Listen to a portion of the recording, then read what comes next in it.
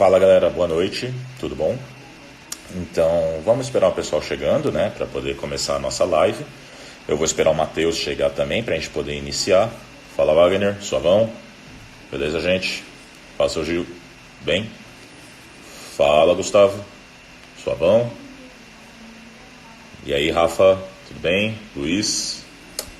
Gente, a live de hoje, então, já para vocês que estão entrando, e aí Lucas, tudo bem?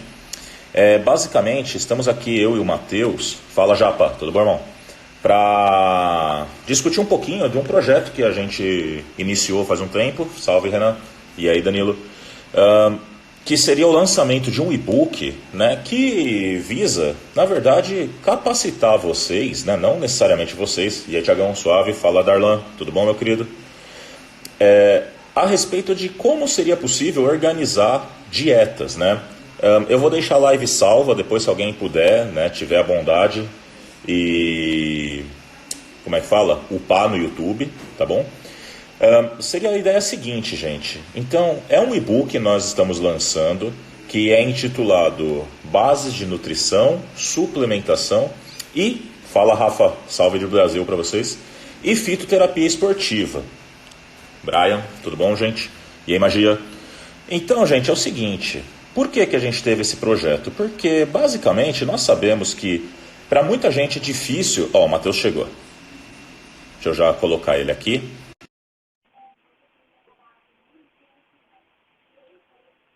Também sou seu fã, Robson. Tamo junto, irmão. E aí, Caio? Fala, e aí, Matheus. beleza? Como é que tá? Tudo tranquilo, certinho aqui. E aí? Eita. Tá ouvindo bem? Tô, mas só que a sua conexão ainda não tá muito boa, ainda tá carregando. Tá. Aqui eu já tô te ouvindo normal. Tranquilo, é só sua imagem que ainda tá carregando. Beleza. Fala Gui FF, né? Fala Ricardo, tudo bom, meu querido? Como é que você tá? Salve, Renan. Então, gente, só pra gente poder, então, já, talvez o vídeo do Matheus já esteja carregando para vocês, para mim ainda não tá aparecendo só o áudio. Mas vamos lá. Bom, Matheus, eu estava comentando com eles, né, que a ideia dessa live hoje é falar um pouquinho do nosso projeto, que foi a escrita desse e-book, né, que tem como ideia ser algo atrativo para todos, para facilitar e compreender um pouco melhor sobre como organização de uma rotina, né, que envolva ajustes alimentares, que envolva conhecimento básico de macros, né, para que a gente não perca muito, né, como é que fala? A aderência, né, dessas pessoas a um plano de alimentação, né? Porque o que acontece? Muita gente não tem condição. Não, Matheus, você não está aparecendo. Eu acho que é só áudio. Tá, eu vou sair e vou entrar de novo. Tá bom, aguenta aí então, vai lá. Tá, beleza. Então, gente, continuando. Muita gente não tem condição de, às vezes, passar num bom nutricionista. Muitas vezes a pessoa não tem condições de contratar um coach, né? E eu não estou falando coach bom ou ruim, tá bom? Eu simplesmente estou falando, tem gente que não tem condição, né? O Matheus saiu, ele vai entrar novamente, Rafa. Então, assim, a ideia é que a pessoa, ao adquirir este e-book, ela seja capaz de, tendo conhecimento básico, né, ela possa, ela mesma, calcular os seus macros, ela possa, pelo menos, organizar uma rotina dietética que seja mais saudável. Matheus? E aí, tô aparecendo? Cara, pra mim ainda tá só carregando sua imagem, mas o áudio tá funcionando. Estranho. Eu tô aparecendo aí, pessoal. Comentem aí, porque senão eu saio e ligo de novo aqui. Eu acho que tá só a imagem, cara. Deixa eu ver. Qualquer coisa eu tenho com o celular da Laís aqui. Eu entro com o meu Instagram ali. Não tem problema. Caio, todos os cursos desses últimos meses, né, desde o início do corona e provavelmente até talvez o final de maio, não sei, foram por hora, né, adiados para outros meses, ainda sem data definida. Então, a gente tem que avaliar quando que vai ser esse curso do dia 9 de maio. Qualquer coisa me manda uma mensagem aí no privado que a gente troca uma ideia. Não, vou reiniciar aqui porque não tô aparecendo de novo. Sim, querido. Beleza? Já volto aí. Sem problema. Fechou. Então, gente, foda, né? Tá ruim o Matheus hoje entrar. Eu tô achando que ele vai me largar sozinho para fazer a live com vocês. Então, o ponto é o seguinte. Além desse fato, né, de a pessoa poder agora ser o seu próprio coach, vamos dizer assim, ela tem a possibilidade de entender melhor a parte de suplementação, né? Realmente, e aí, Rogério, suplementação boa, né? O que realmente é válido, tem coisa que não é válido dentro do campo da suplementação, vocês sabem disso. E também da fitoterapia, né? Porque eu acredito que muitos de vocês já foram aí em algum nutricionista, médico, farma, qualquer pessoa, e aí, Lucas, e se depararam com uma lista enorme de suplementos manipulados, fitoterápicos, às vezes uma dieta que você nem sabe se aquilo está adequado realmente, porque muitas vezes chega para você só uma lista, né, de alimentos, de refeições, sem qualquer possibilidade de substituição, né? É comum acontecer isso. E muitas vezes você nem sabe quanto de déficit calórico você está, quanto de superávit calórico você está. O Matheus é o nosso Nutri, ele vai comentar melhor sobre isso. E, pô, é chato, né? Porque por mais que seja um dinheiro suado da galera. Então a ideia do e-book é justamente dar essas bases para o pessoal, né? Dar as bases para essa pessoa, que às vezes pode ser um iniciante, às vezes pode ser um avançado. E com isso a gente poder auxiliar vocês, né? Muita gente sempre me pede, Adam, eu tô com uma dúvida, não sei o quê. Acredito que com o Matheus a mesma coisa. Então, cara, assim, não é falando para vocês, a gente quer ganhar dinheiro. Não, mas por mais que seja um trabalho. É um trabalho nosso, a gente vive disso, né? Mas também a gente não é retardado de querer socar a faca em vocês por conta de um negócio que é simples, na verdade, entendeu? Mas tem que ser simples, porém que funciona, ok? Como vocês já devem ter visto, então, ali o e-book é intitulado, vamos lá, o Matheus voltou. O e-book vai ser intitulado como Bases de Nutrição, Suplementação e Fitoterapia Esportiva. Matheus? Oi, tô aparecendo ou não, Deron? Agora tá ótimo. Ah, tá, beleza. Fechou. Tá bom? Então, Matheus, eu estava comentando com o pessoal aqui.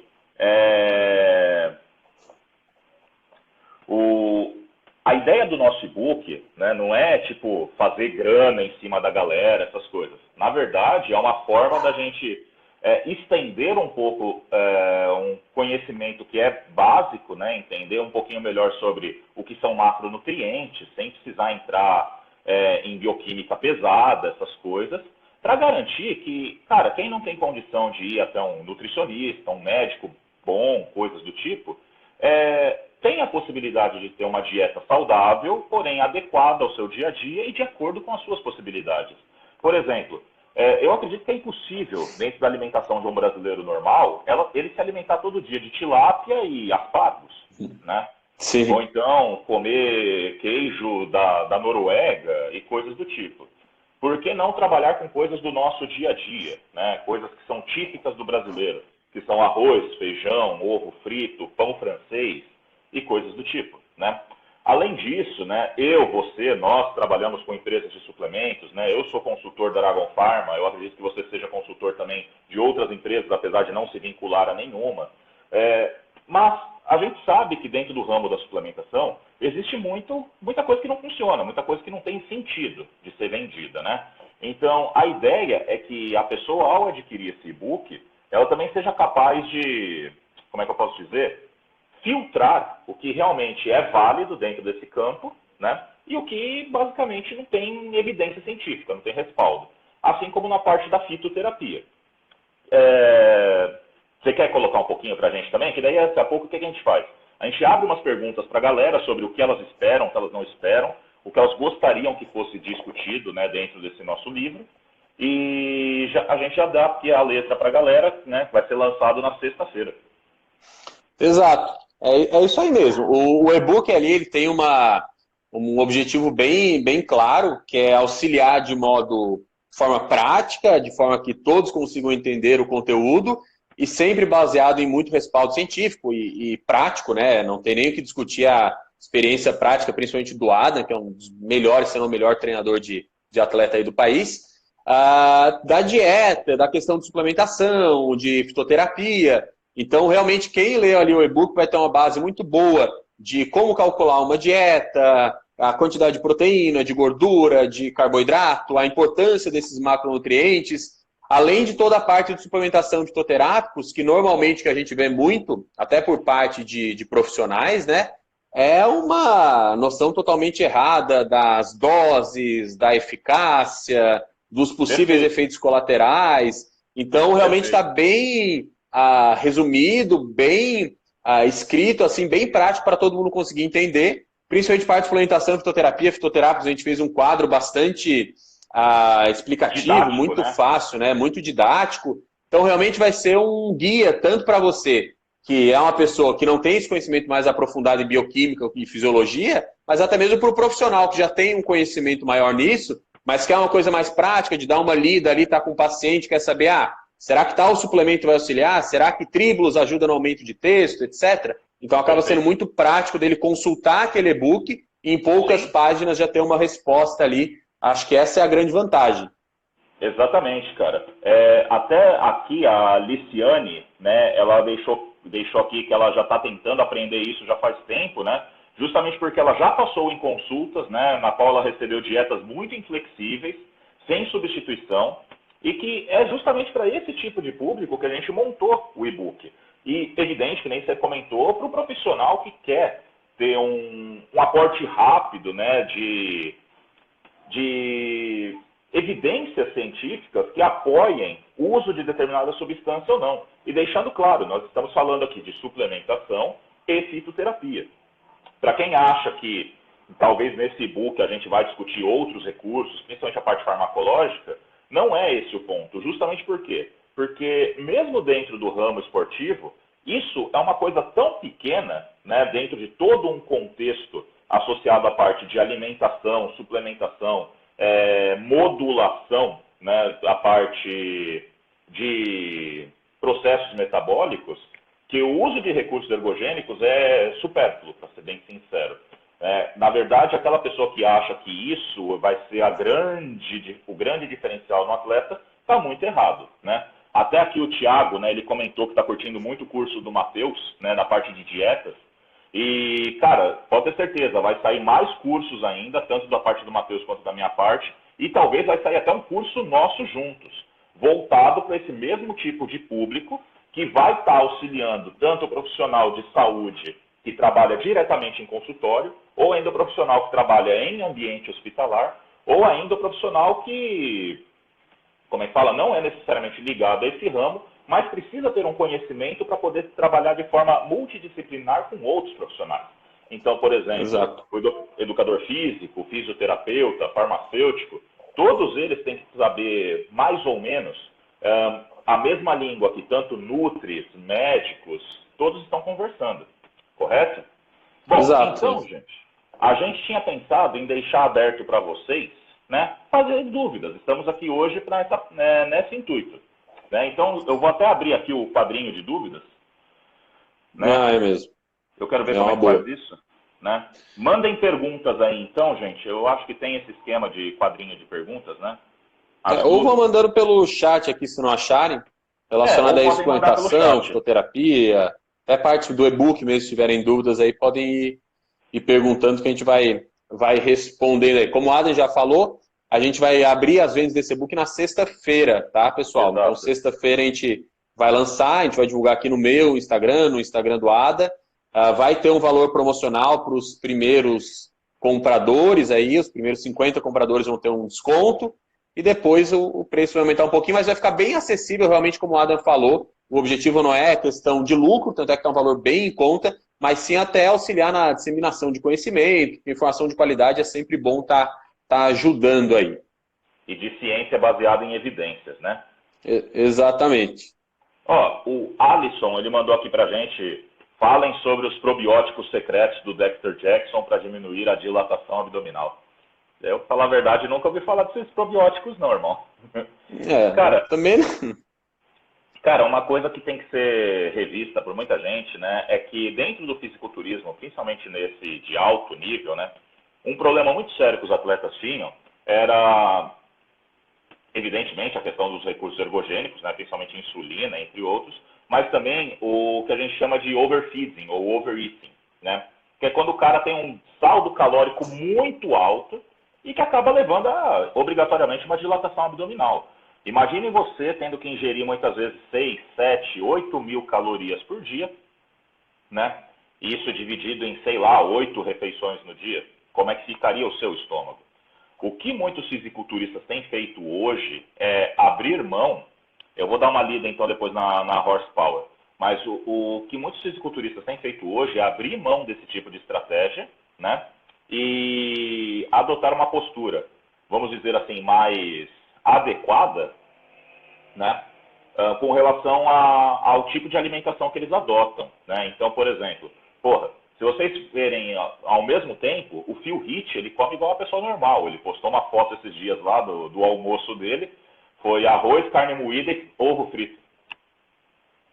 Em porções bem pequenininhas. Isso. Mas, fala aí, um grande complicador de dieta, né? Quando a gente fala principalmente de dieta mais calórica, é justamente essa questão de dilatação, não só para esportes de fisiculturismo em si, mas todo esporte aí de alto nível, um cara de endurance, um lutador que tem que comer muito, muito durante o dia também, se ele ficar comendo toda hora, tá com esse estômago dilatado, etc., isso gera muito desconforto no treino. Até por isso que nesses casos, aumentar a densidade nutricional ali da dieta, botar alimentos mais calóricos, concentram mais calorias, acaba sendo uma mão na roda, né? Esses atletas que têm essa ingestão muito alta de calorias, eles têm que, entre aspas, sujar a dieta aí. Tem que botar doce, tem que botar essas coisas, senão não dá de bater. Na verdade, se eles baterem uma dieta de 6, 7 mil quilocal, a base de batata doce, arroz integral, etc., é capaz ainda de ser prejudicial, porque excesso de fibras também pode ter efeitos deletérios, efeitos diarreicos, etc. Então, é uma estratégia, na verdade, para esses caras aí. Sim. Eu recebi uma pergunta aqui no chat, Matheus. Não no chat, aqui no inbox. Seria benéfico fazer manipulação de carboidrato no off-season? O que você acha? Um carb cycling, por exemplo? Cara, eu acho interessante. Um dos principais problemas aí de uma dieta mais hipercalórica com mais carboidrato é justamente que cronicamente mais calorias e mais carboidrato vai aumentando um pouquinho a resistência à insulina, isso é fisiológico, e com esse aumento da resistência à insulina a gente pode ter aí uma maior facilidade de ganho de gordura corporal. Então, uma das maneiras de tentar auxiliar, né, a evitar essa maior resistência à insulina nesse período de dieta mais hipercalórica é justamente isso, fazendo ciclo de carboidrato. Dias com mais, dias com menos, semanas com mais, semanas com menos, daí vai muito do nutricionista, do treinador tá ajeitando isso. Tem várias formas diferentes de ciclar esse carboidrato, mas eu vejo como uma estratégia bem válida para aumentar aí a sensibilidade à insulina nesse período de off-season. Sim, é porque muita gente tem a ideia de que... Tá tocando o telefone aí? Tá, já vai parar aqui. Não, relaxa. Tem muita gente ainda que tem a ideia de que, por exemplo, num período de off-season, né, o mais importante é quanto mais você comer, né, mais resultados você vai ter. E a gente sabe que não é assim, né? Então, eu também sou adepto desse tipo de estratégia, né, justamente com pessoas que eu trabalho. Eu faço essa sugestão, né, que as calorias, bem como os carboidratos, sejam ciclados, né, durante as semanas, de forma a manter uma sensibilidade à insulina elevada. Então, muitas vezes o cara ele estranha, por exemplo, por que ele está em off-season e está comendo carboidrato em uma concentração baixa, né? E eu falo, não, isso tem um sentido, é um sentido tem um sentido bioquímico, no intuito de aumentar a tua sensibilidade, ter maior aproveitamento, aumentar a ressíntese de glicogênio para uma fase futura. Bom, temos mais uma? Temos. Em protocolos de off-season, como seria possível quebrar a homeostase do organismo e aumentar o peso? Aí vem a ideia, né? É justamente isso que a gente falou. Eu acho que estratégias de ciclagem, né? Por exemplo, épocas você manter uma ingesta mais baixa para depois uma fase de um superávit calórico muito elevado você ter melhor aproveitamento, do que necessariamente você manter uma dieta muito linear ao longo de todo o protocolo. Exato, eu concordo aí 100%. Então, uma dieta muito, muito calórica por um longo período de tempo, sem essas alterações, eu acho que tende a, depois de um tempo aí, às vezes, a promover mais ganho de gordura, muito desconforto gastrointestinal, etc., do que se fizer essas alterações aí do carboidrato, principalmente. Perfeito. Daí aqui o Lucas também falou, qual seria a melhor faixa, né, de percentual de gordura para trabalhar com ganho de massa magra? Cara, é muito relativo. Então, por exemplo, a gente sabe que quanto maior o percentual de gordura, um pouco mais difícil se torna o aumento da massa livre de gordura também, né? Principalmente o cara que está utilizando aí hormônios anabólicos, né? Ele tem um menor aproveitamento, né, do efeito associado aos hormônios. Tem até, acabei de publicar um post hoje sobre isso, falando sobre sequestro de testosterona no tecido adiposo, né? Então, assim, eu particularmente, eu considero uma faixa boa, né, para, vamos dizer assim, bulk, para ganho de massa magra, a faixa de 10, 12% de percentual de gordura. E você, Matheus?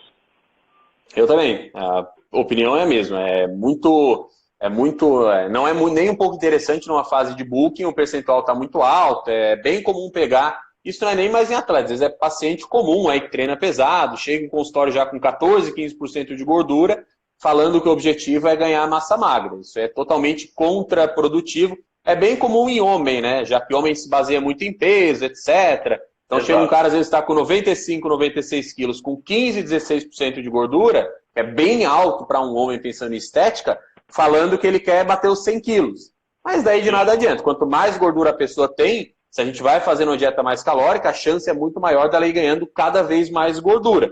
Então, o limiar máximo aí que eu também gosto de trabalhar é em torno de 10, 12%, não mais que isso. Sim, exato. Gente, eu mudei a câmera aqui, desculpa. Já vou. Eu acho legal a gente já pegar esse tema, né, porque foram várias perguntas que abordaram a mesma coisa. Então, seria interessante o uso de metformina, né, nesses dias, tanto de carbo alto ou durante o off-season? Olha, eu vou ser sincero com vocês, gente.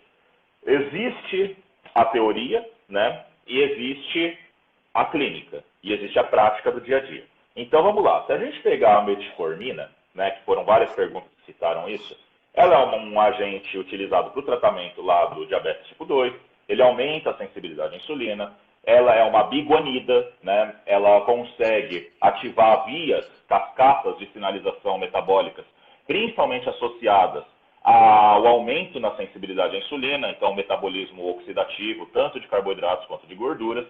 Só que isso é, como um professor meu gostava de falar, química de papel. Por que eu digo isso? Porque quando a gente trabalha em sistemas biológicos, a gente tem que entender que existe absorção, existe interação medicamentosa e existe também o quê? Dose. Então, se a gente fosse fazer uma transposição para avaliar os reais efeitos da metformina com relação a essa questão da sensibilidade à insulina, ser realmente considerável, perda de gordura, entre outras coisas, as doses seriam bem elevadas, certo?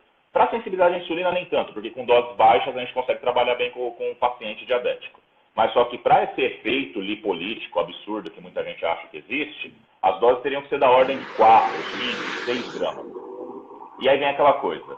Quem consegue utilizar 6 gramas de metformina? Vocês entenderam? Primeiro, é um medicamento, ele tem uma coisa que a gente chama de faixa terapêutica, né? Então, em determinadas quantidades, ele apresenta toxicidade. Segunda coisa, né, um efeito muito comum da metformina é o desconforto gástrico, porque até certo ponto ela assume, né, o papel de um inibidor de, como é que fala, de carboidratos, que a gente tem lá no nosso suco pancreático. Então, ela funciona como se fosse a acarbose. Qual que é o problema disso? Todo aquele carboidrato que está no seu intestino vai ter dificuldade em ser metabolizado, vai ser fermentado pela sua microbiota, e aí a gente vai ter aquela bomba de Chernobyl sendo formada no seu intestino. Entenderam? Então, particularmente, né, o uso de metformina, principalmente por pessoas que não têm aí uma uma resistência à insulina, pessoas que não fazem uso de hormônio de crescimento, que é um agente diabetogênico, eu não acho interessante para off-season ou mesmo em pré-contest, dependendo da situação. Matheus? Cara, concordo 100%. É bem esse relato aí. A dose muito alta de metformina é bastante associada com essa diminuição nessa absorção de carboidratos, consequentemente vão para o intestino grosso, começam a fermentar, geram maior produção de gases, podem ter efeito diarreico, então isso é bastante complicado ainda mais no off. Claro que para melhor sensibilidade à insulina, mesmo com doses mais baixas, nos estudos com diabéticos, a gente vê essa melhora, né, com 500, 1.500 miligramas. A grande questão é trazer isso para a prática do dia a dia, pensando uma pessoa que já é sensível à insulina, já tem um treino pesado, então eu acho que se não tem o uso de um outro produto como GH, etc., que realmente vai levar essa piora na sensibilidade à insulina, eu não sei se teria muita vantagem esse uso da metformina não, nesses casos. Eu também não vejo muita vantagem, né? Ó, Matheus, eu acredito que ele seja Nutri aqui também, o Gabriel, ele falou 12% de percentual de gordura para pacientes eutróficos, só isso? Na minha posição, sim. E você, Matheus? Sim, quando a gente pega média de percentual de gordura para um paciente eutrófico, tipo o meu pai, se ele tiver com um percentual de gordura de 15% a 16%, 16% é considerado até normalidade para homem, ou seja, ele não está com excesso de gordura e nem com gordura baixa. Agora, quando a gente pensa em questão estética, 15%, 16% já é alto, 12% já é meio gordinho pensando em estética. 12% é um percentual que a gente consegue manter ano inteiro sem nenhum tipo de problema para a saúde, nem nada, não é nenhum extremo. Então eu acho bem viável esse valor de percentual de gordura. Agora, se é uma pessoa que não tem objetivo estético nenhum, se ele tiver lá com seus 14%, 15% se for homem, ok, essa gordurinha a mais não faz problema para a saúde, nem nada. Agora, qualquer motivo que a gente pense em questão estética, e a maioria das pessoas que fazem exercícios, elas têm um intuito estético também, principalmente musculação, né?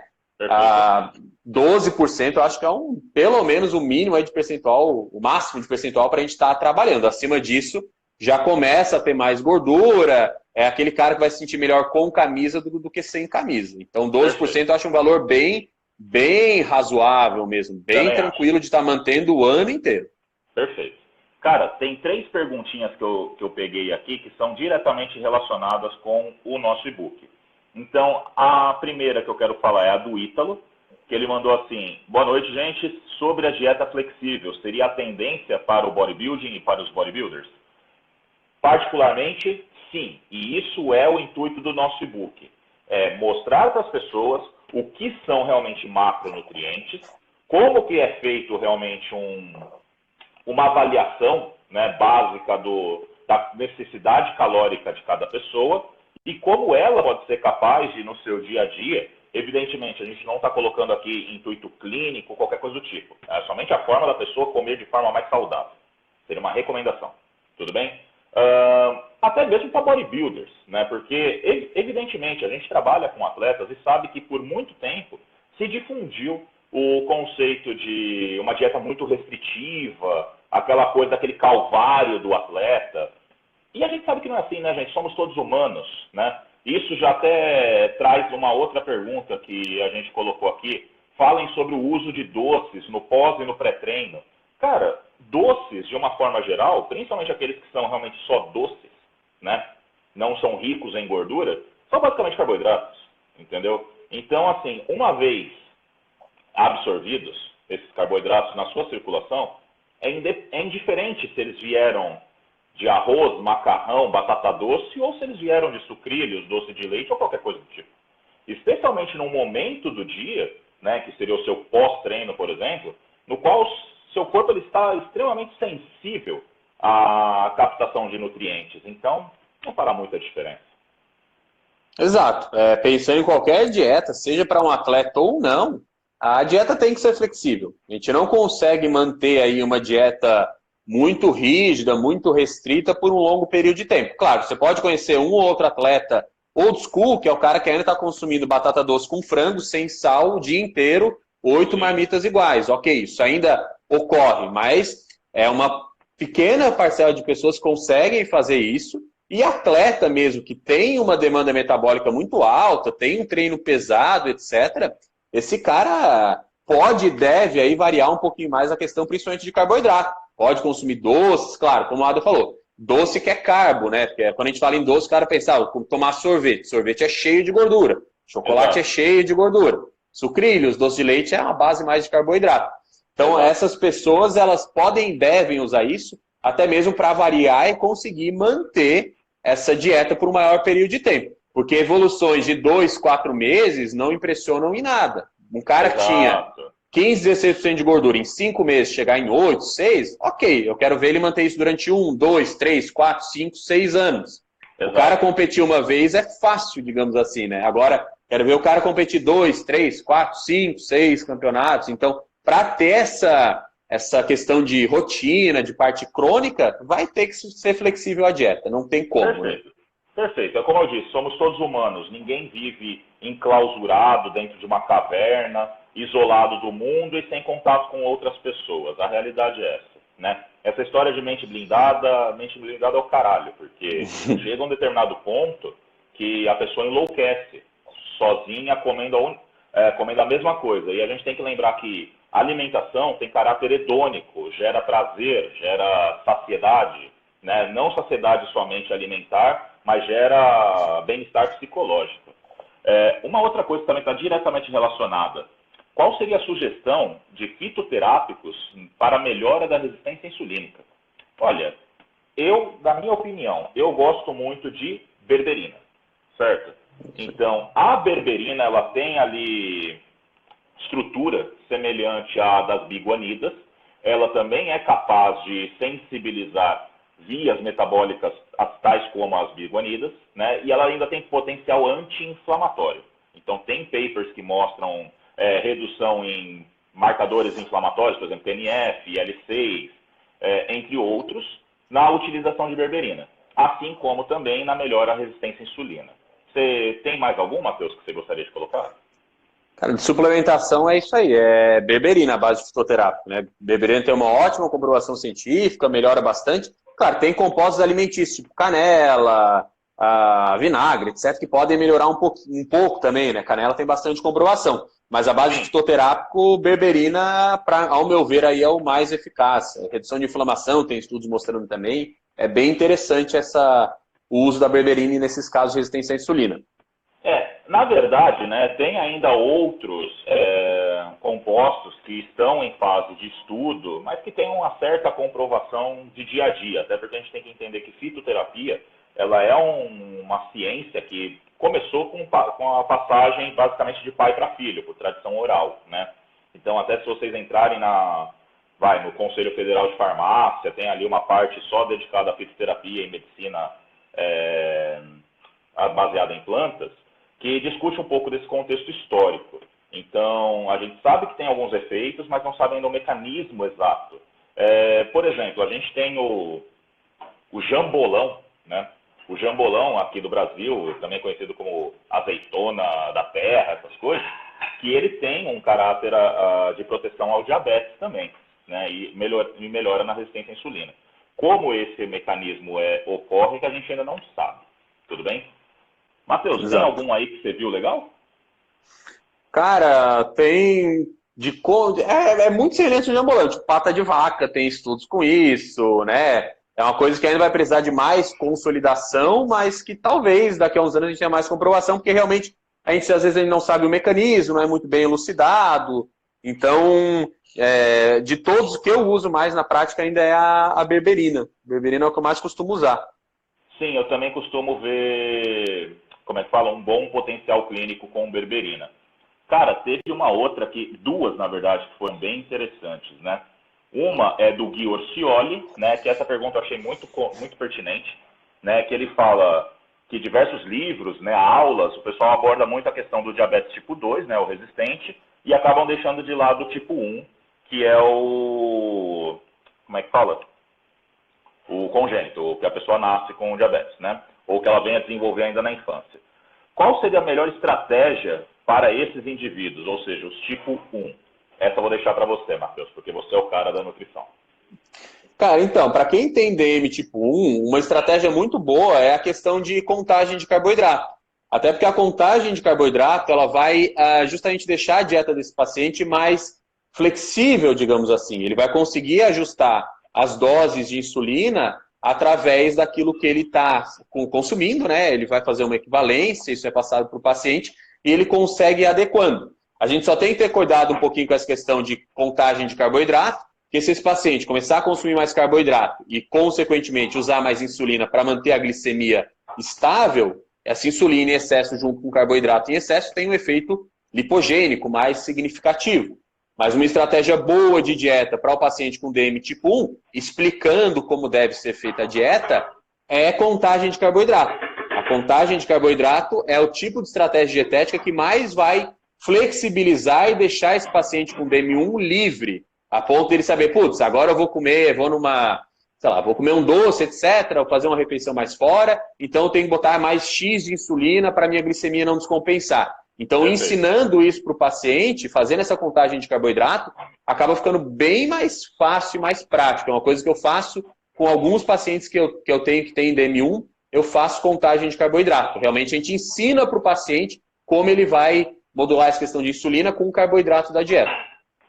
Inclusive tem, para quem tiver interesse, tem uma cartilha do Ministério da Saúde, né, que é voltado para o paciente diabético, especialmente o DM1, ensinando como fazer a contagem e também ensinando como fazer o cálculo da necessidade diária de insulina.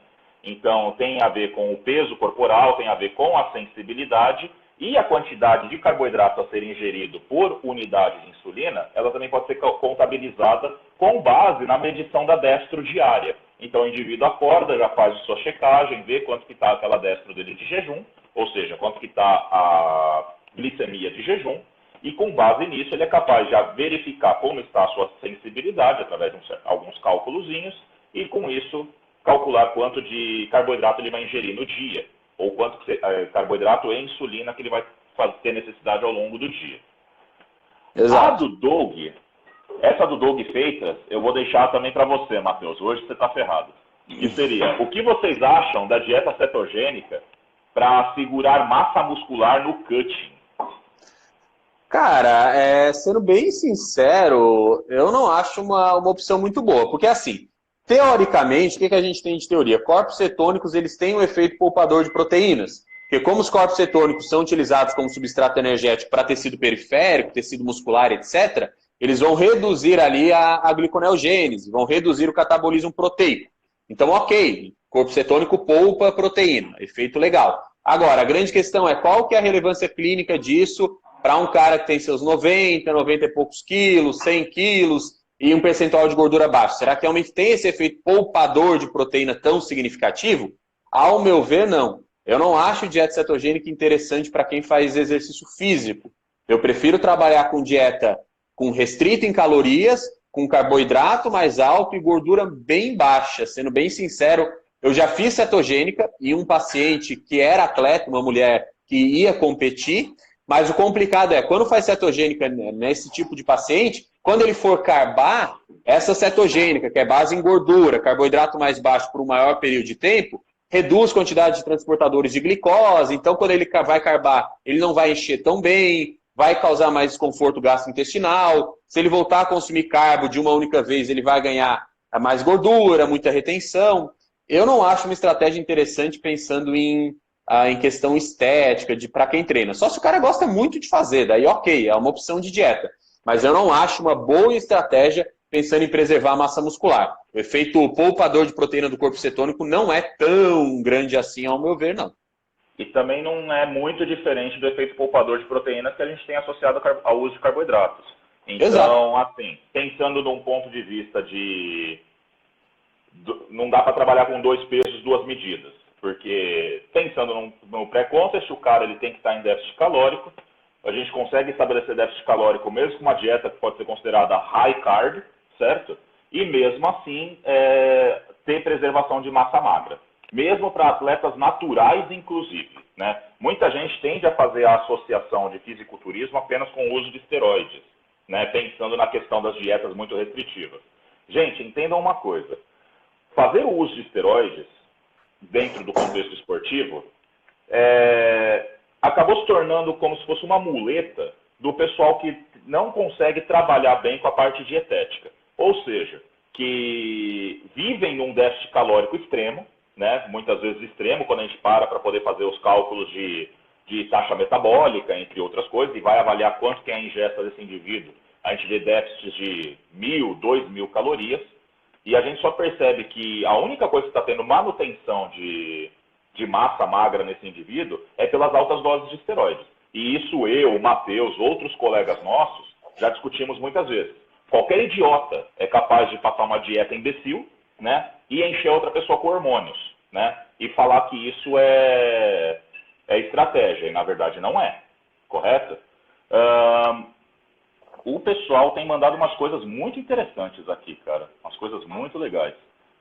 O Felipe, ele tinha comentado sobre banaba leaf, né, folha de banabá. Eu vou dar uma lida sobre isso. O Jorge Rabelo, ele comentou se o grau de resistência estiver bom, dá para utilizar 1 whey para cada 15 gramas de carboidratos. Eu já discordo, tem uma tabelinha, inclusive, nesse guide do Ministério da Saúde, mostrando uma quantidade padrão por peso corporal do indivíduo. Então, indivíduos aí com a faixa de 80 quilos, eles utilizariam uma média de 10 gramas de carboidratos por unidade, né? Caras mais pesados usariam até menos. Vamos ver aqui que mais de interessante nós temos. Acha válido semanas em calorias de manutenção, diet breaks, pré-estabelecidas em uma fase de perda de gordura? Olha, eu vou te falar que isso entra no que a gente já discutiu no começo sobre a ciclagem. Então, existem semanas dentro de um protocolo de perda de gordura, na qual a gente consegue trabalhar com uma ingesta calórica mais elevada, né? Dentro até dessa faixa aí de normocalórica, que seria um diet break, até como estratégia para poder melhorar a tua sensibilidade e tirar você de um processo que a gente chama de termogênese adaptativa. Exato, é isso aí. É interessante ter esse aumento de calorias, de carboidrato e ainda mantendo dentro uma dieta normocalórica, a pessoa não vai ganhar gordura, nada, etc. E é interessante para a questão da termogênese adaptativa, até às vezes para estímulo de treino. Se aumentar um pouquinho a caloria, vai ter mais carboidrato, talvez ele consiga treinar melhor. Então, eu acho bastante válido. Exatamente. Bom, vamos lá. Pergunta sobre finalização, campeonatos. A gente vai deixar isso meio de lado agora, porque não é nem o enfoque do que a gente está querendo discutir para a questão do e-book, tudo bem? Eu vou pegar aqui, dentro da caixa de perguntas. Como vocês trabalham... essa é boa para você, Matheus. Como vocês trabalham a avaliação do GET, certo? Do gasto energético total do atleta? Cientificamente ou subjetivo devido ao histórico da dieta? Essa é boa. Cara, sendo bem sincero, quando é atleta, que chega falando o que ele já consome, etc., eu vou com base na anamnese, no que ele está consumindo. Eu até calculo para ter uma noção de quanto que está aquela dieta que eu fiz, ter uma noção de quantas calorias, carbo, gordura, proteína, mas eu vou com base naquilo que o atleta relatou. Se ele chega relatando que está consumindo 3.500 kcal por dia, 4.000, e o peso está estável há um tempo, ele realmente faz essa dieta, eu tiro como base que o gasto total dele vai estar mais ou menos nessa faixa.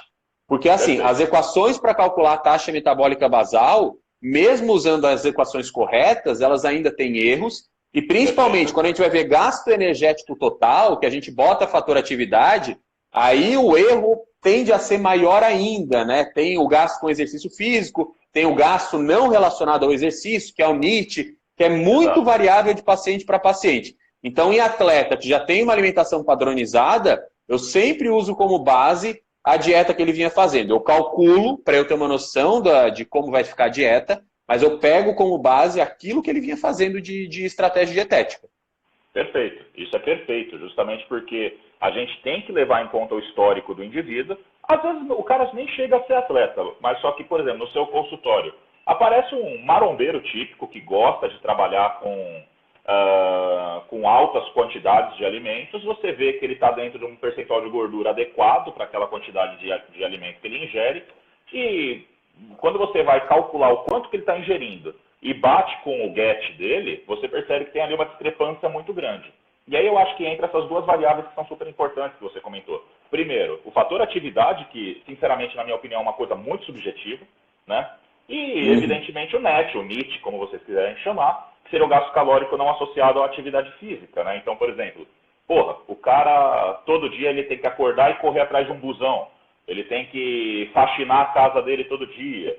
O cara, ele é pedreiro, né? Então, porra, se o cara chegar no seu consultório e você não ter uma consideração do histórico dele, né, diário, você tem o risco de subestimar o quanto ele está ingerindo, montar uma outra dieta para ele completamente diferente, né, daquilo que você está habituado, e que pode cursar contra os objetivos dele. Talvez seja ganho de massa magra ou qualquer coisa do tipo, certo?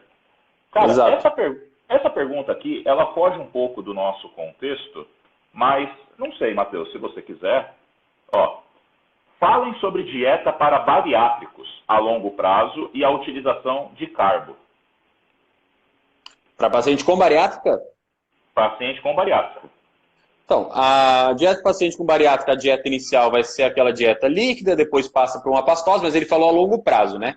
Então, a longo prazo, depois de um período, já vai ser a dieta normal, com alimentos sólidos. A questão da dieta para paciente bariátrico é que as porções têm que ser menores e mais fracionadas, porque se ficar fazendo porção muito grande em poucas refeições, o cara vai fazer um jejum e vai fazer 2, 3 refeições por dia. E o cara fez a bariátrica, é meio contraproducente, porque refeição muito grande de uma única vez pode causar de novo uma dilatação desse estômago.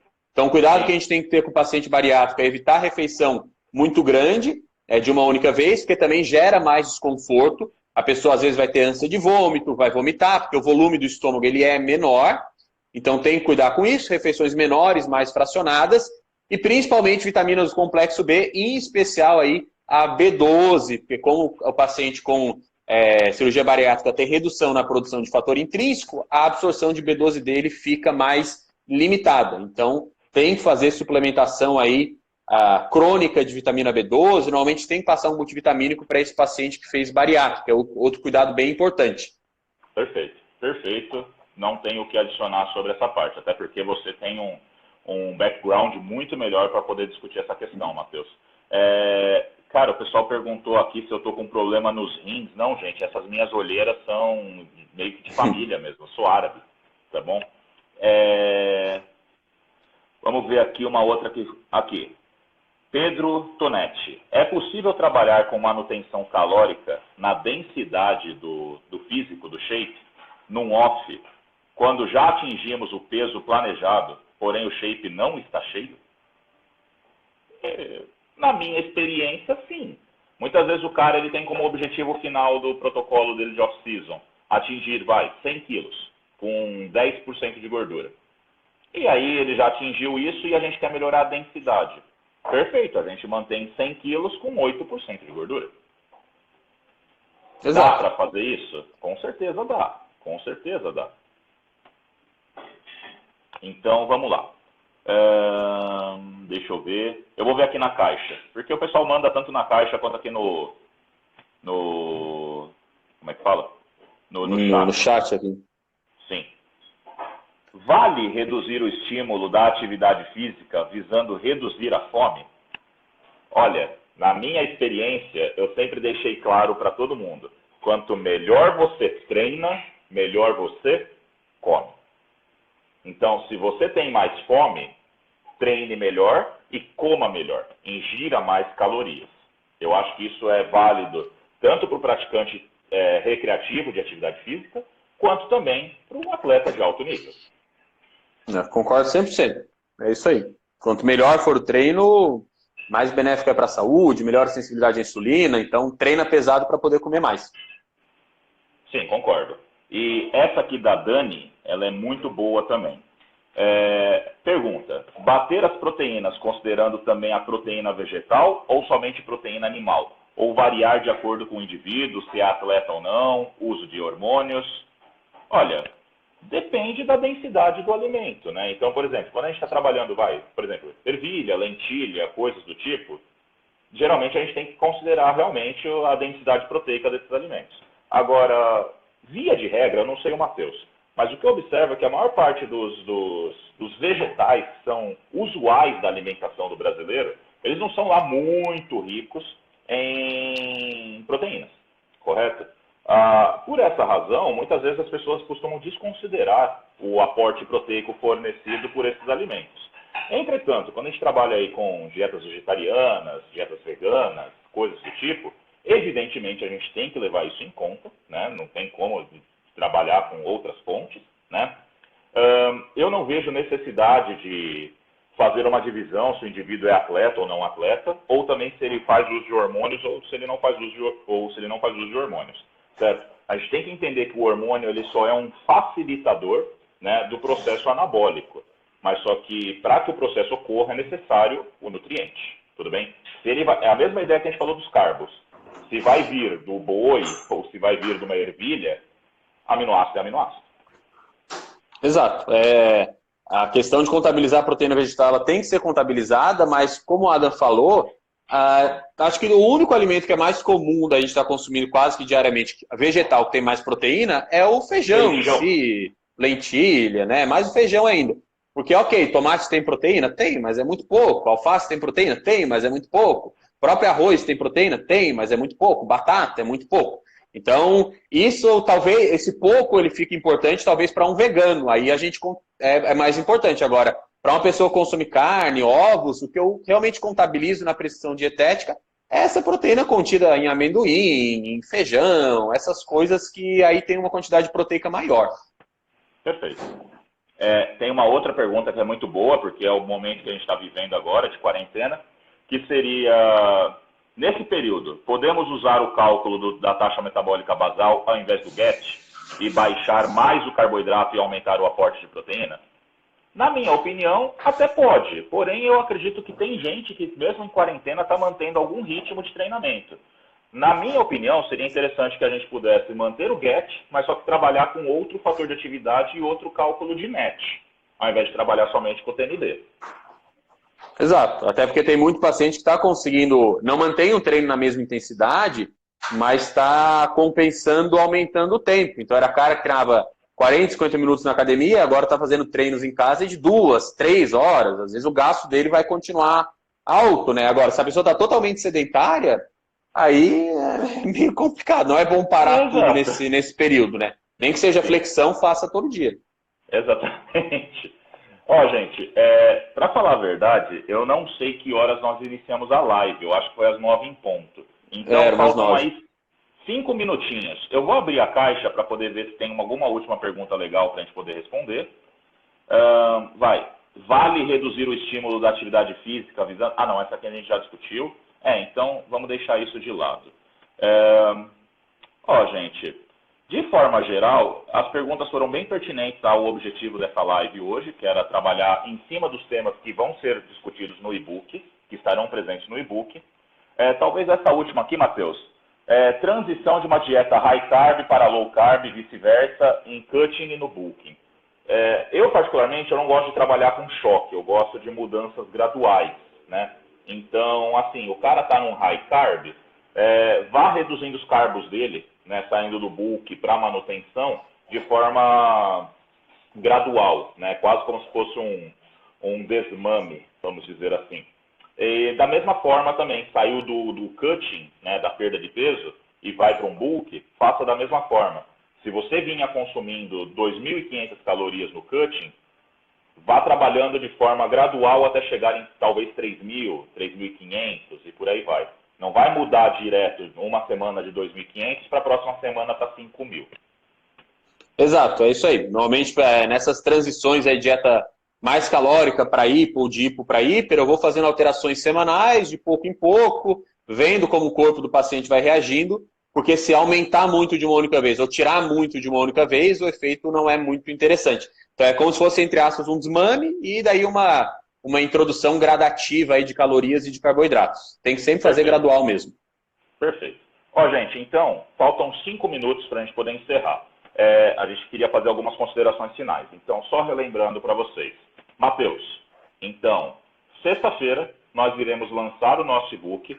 A gente vai fazer uma postagem no dia, colocando para vocês onde é o link que vai ser feita a compra. Vamos fazer uma promoção de lançamento, né, para os primeiros 50 compradores.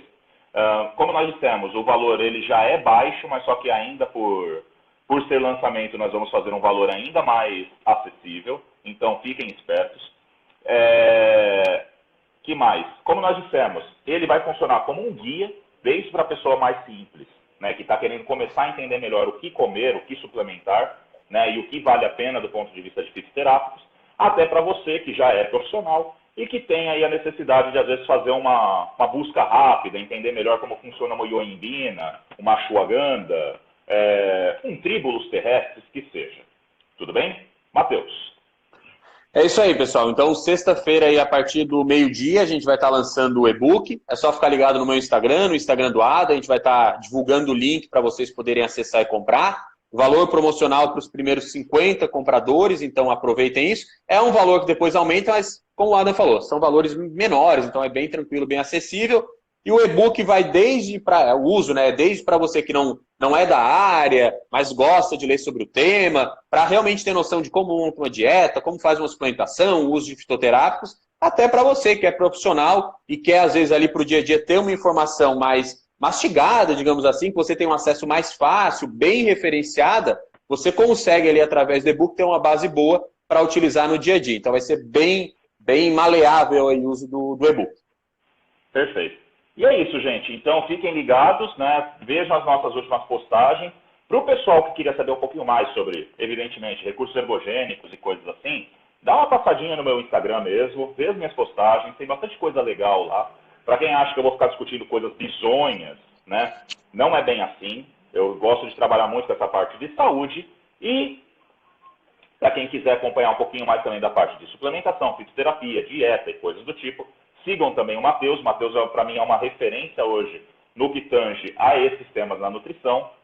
Confio muito no trabalho dele e gosto muito dele porque já trabalhamos juntos em outros momentos, inclusive quando o Matheus resolveu se aventurar no fisiculturismo, né? É isso aí. Até por isso que o pessoal falou, as ideias dele são muito parecidas e batem muito com outros coaches, né, lá de fora. Sim, nós temos ideias muito parecidas, até por isso que nós decidimos trabalhar juntos e até por isso que eu sou padrinho de casamento do Matheus, né, Matheus? É isso aí. Mandar um beijo para a Laís também, querido. Beleza, Vou passar aqui para ela. Valeu, pessoal. Abração, então, Adam. Prazer sempre estar contigo aí. Prazer todo meu, querido. Pessoal, então, fiquem ligados aí e um abraço. Valeu, pessoal. Tchau, tchau. E acabou. Pessoal, a live vai ficar salva aqui e provavelmente alguém vai upar ela depois no YouTube. Tamo junto. Acompanhem aí. Abraço.